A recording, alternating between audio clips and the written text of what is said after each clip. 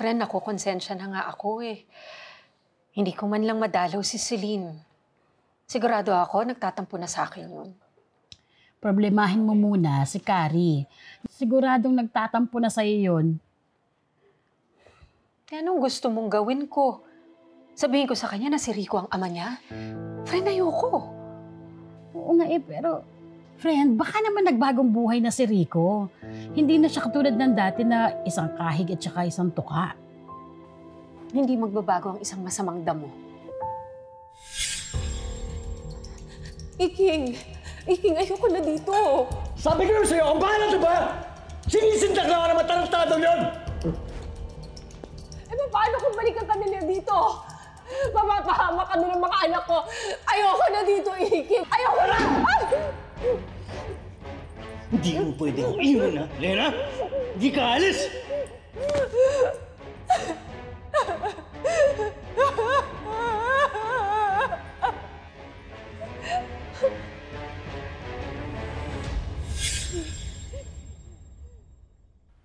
Friend, hindi ko alam na nagawa sa'yo ni Rico yon.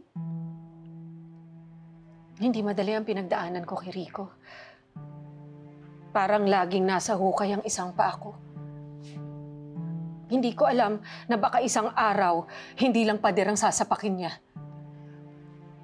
Oo, pero paano kaya hindi titigil si Carrie hanggat hindi niya nalalaman ang totoo?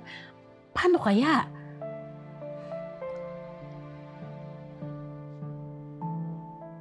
Papakiusapan ko si Rico na tantanan na ako. Na huwag niya na akong puntahan dito.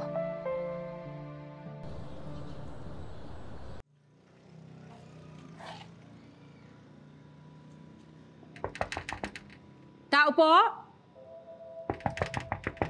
Rico?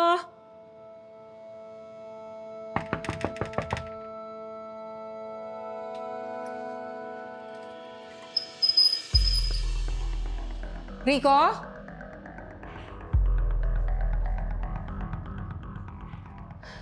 Tao po?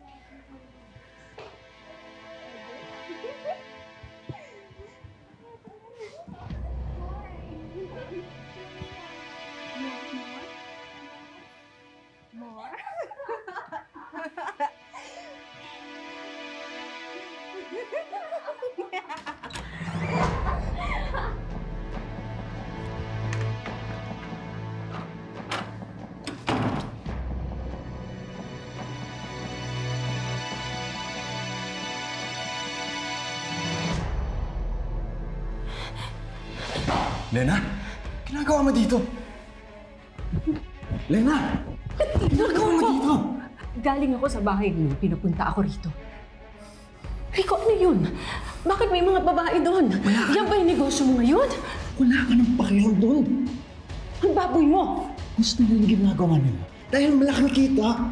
Rico, mga bata mo ngayon. Hindi ka ba naaawa sa kanila? Yumaman ako dahil sa kanila, Lena. Di ba yun naman ang pangarap natin? Lena, mayaman na ako. Mabibigyan na kita ng magandang buhay. Magbalikan na tayo. Hindi ako babalik sa'yo. Lalo na ngayon na kumpirma ko na iligal ang negosyo mo. Hindi ko hahayaang makalapit sa'yo ang mga anak ko dahil hindi ka magiging mabuting ama. Mabuting ama? Bakit? Dahil ba nagsinungaling ka? Ha? Kapatid mo nga ako, Lena. Buhay pa bang anak natin?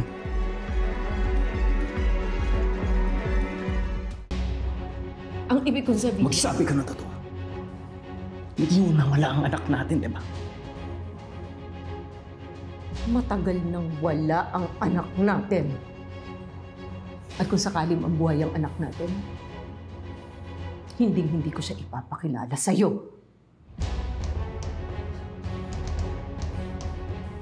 Lena, Lena!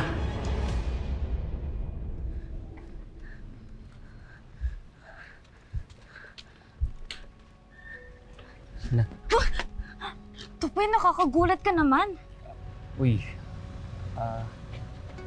hindi na raw dinadalaw ni Aling Lena si Celine. Kayo, kahit sulat o video man lang para sa kanya. Tupe, marami ako iniisip. Hindi ako. Mamiss na kayo ni Celine eh. Pwede ba, Tupe? Marami akong problema. Wala akong panahon para gawin yung video-video na yan. Bakit? Ano bang problema mo? Wala ka na doon. Buti nga si Ate Celine eh. Pa-chill-chill lang sa center. Walang iniisip. Walang problema. China, pinagdadaanan natin si Celine. Pero hindi kasing lala ng pinagdaraanan ko. Wala nang bibigat pa sa dinadala ko.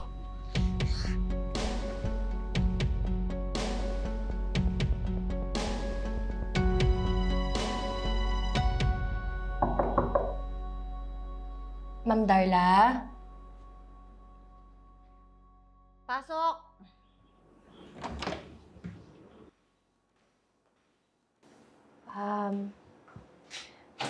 Ma'am, pwede po ba ako makigamit ng phone?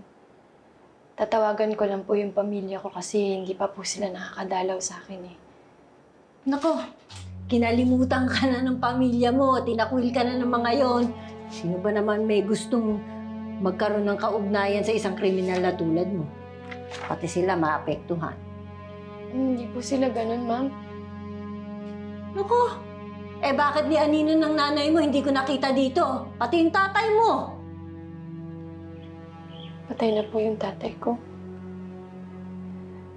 May totoong tatay po ko pero hindi ko po kilala. Paano yan? Kriminal ka na.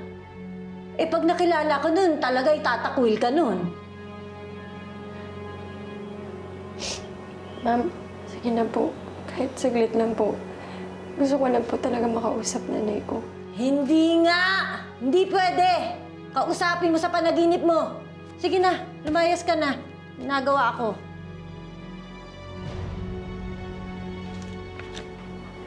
Sorry. May papagawa ko sa'yo, Baldo.